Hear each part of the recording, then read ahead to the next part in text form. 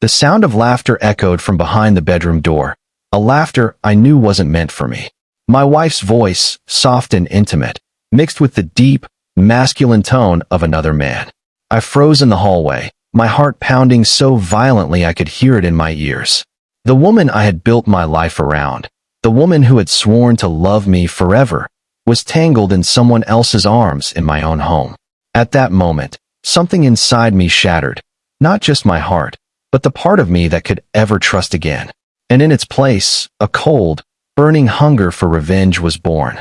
I didn't storm in. I didn't shout. I stood there, still as stone, letting the betrayal burn into my memory like a scar. When the door finally opened, they froze, her hair messy, his shirt half-buttoned. She gasped, fumbling for words, but I didn't give her the satisfaction of a reaction. "Enjoy yourselves," I said quietly, and walked away. That night, I didn't sleep.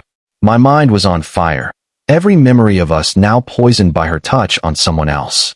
But this wasn't going to end with a divorce or a screaming match. No, she had humiliated me. She had destroyed my dignity. I was going to make her feel that same destruction, but worse. Over the next few weeks, I became a ghost in my own home. Cold, polite, unreadable. She thought I was processing things. She was wrong. I was planning. Every detail had to be perfect. I wanted her to watch everything she loved burn in slow motion. Not just our marriage, but her pride, her image, her control. I started with her secrets. I dug through her phone, her emails, her social media. What I found was a gold mine. Years of lies, fake stories to friends, private insults about me to her circle, even money she had been hiding. I copied everything. Then I built the stage. I reached out to her family, her closest friends, even her boss. I told them I wanted to throw her a surprise party for her upcoming birthday. Everyone was excited. They had no idea what the real surprise would be. While I played the doting husband in public, in private I prepared the final blow, a large screen, set up in the center of the party hall. On it, I would play a carefully edited video, the messages, the photos, the recordings of her giggling about her stupid husband to her lover. Every single piece of her betrayal laid bare for the people whose opinions mattered most to her. The night before the party, I barely slept. Not out of doubt, but anticipation. I could already picture her face, shock, shame, panic. I wanted her to crumble the way I had. The room was filled with laughter, music, and the clinking of glasses.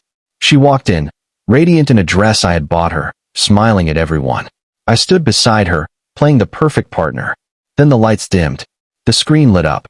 At first, it was just a photo of us together, smiling. Then the messages appeared. The private chats. The photos of her with him. Her voice calling me a fool. Gasps filled the room.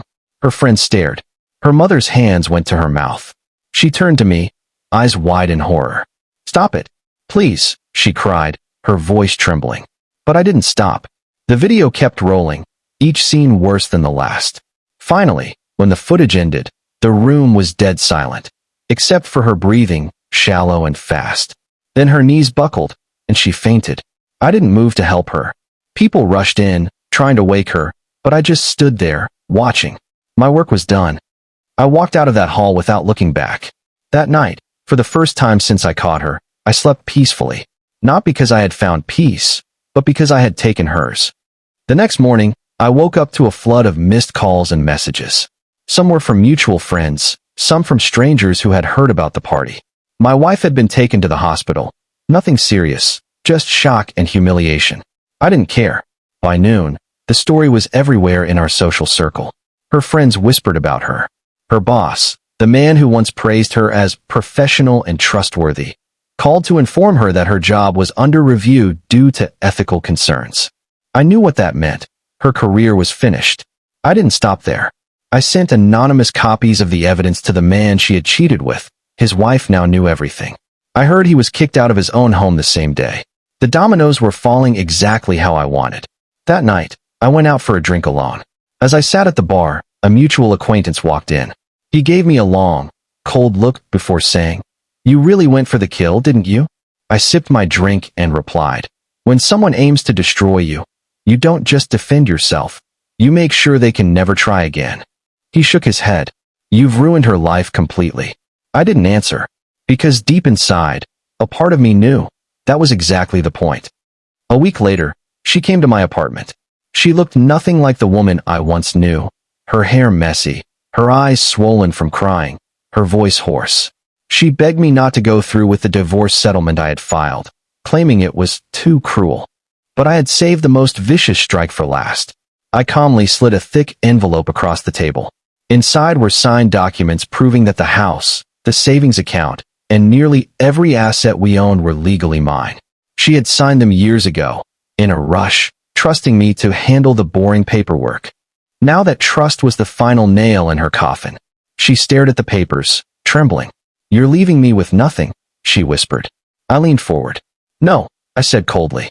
"I'm leaving you with exactly what you left me with, emptiness." Her lips quivered. For a second, I thought she might lash out. Instead, she broke, sobbing, shaking, and cursing me under her breath. I stood up, put on my coat, and walked to the door. Before leaving, I turned to her one last time. "You thought betrayal was a game. You just learned the rules the hard way." I didn't wait for her to respond. I closed the door behind me, stepping into the cold night air.